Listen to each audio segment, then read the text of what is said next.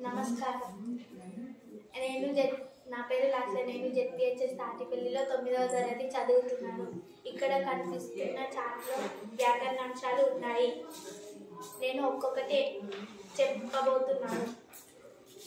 వచనాలు: ఏకవచనం, బహువచనం. హల్లులు: అల్పప్రాణాక్షరాలు, మహాప్రాణాక్షరాలు.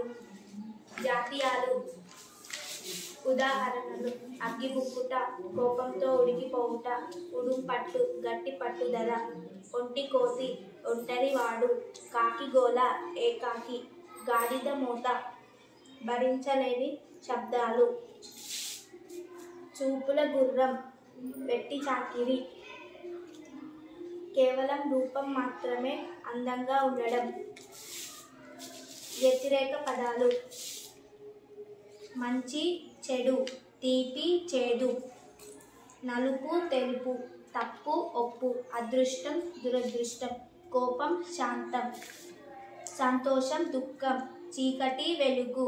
పెద్ద, చిన్న. ఎత్తు, లోతు. కింద, మీద. దూరం, దగ్గర. గెలుపు, ఓటమి. భాషా భాగాలు: నామవాచకం, సర్వనామం, విశేషణం, క్రియ. క్రియ: అసమాపక క్రియ, సమాపక క్రియ. కాలాలు: భూతకాలం, వర్తమాన కాలం, భవిష్యత్తు కాలం. అర్థాలు: పర్యాయ పదాలు, నానార్థాలు, వృత్తర్థాలు.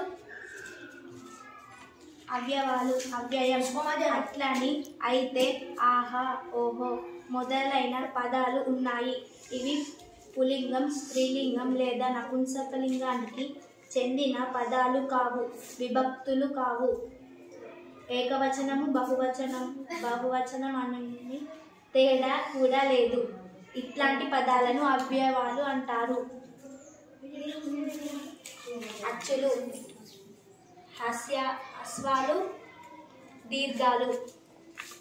ఒత్తులు: ద్విత్వాక్షరాలు, సంయుక్తాక్షరాలు, సంశ్లేషాక్షరాలు. ప్రాసపదాలు: ఇవి ఒకే అక్షరంతో లేదా అక్షరాల సమూహంతో ముగుస్తాయి. ఉదాహరణలు: పంట, వంట, జలము, బలము, మొదలగు, కాలము, గొడుగు, తొడుగు, మెలుగు, వెలుగు, మంట, కంట. సొంత వాక్యాలు: సోయగం, అందం. పక్షులు చాలా అందంగా ఉన్నాయి. ద్వేషం: మనం ఇతరులపై ద్వేషం చూపకూడదు. బుధుడు, పండితుడు. మా ఊరిలో మంచి పండితుడు ఉన్నాడు.